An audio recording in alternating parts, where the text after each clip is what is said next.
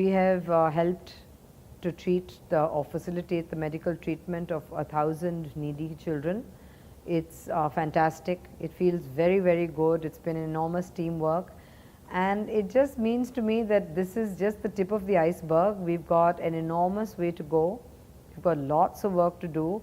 And I just hope we keep on with a passion and we can elicit the support of lots of private citizens to come forward and help these very needy children. Because without the help of lots of people, it wouldn't be possible at all to save the lives of these children, these very, very precious children.